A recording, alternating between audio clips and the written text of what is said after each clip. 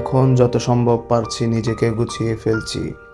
জীবনের প্রতিটি মুহূর্তকে সুন্দরভাবে সাজানোর চেষ্টা করছি।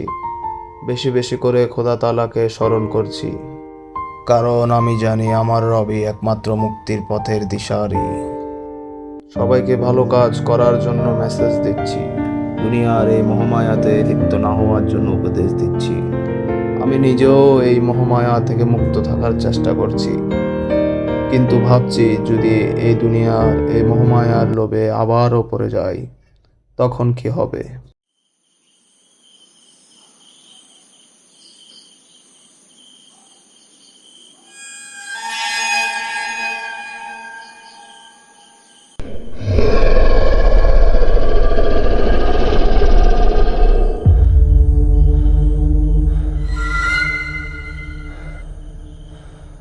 ভাবছো মুক্তি পেয়ে গেছো?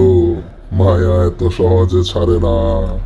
আমি তোমার ভিতরেই আছি, তোমার চিন্তায়, তোমার স্বপ্নে, তোমার নীরবতায়।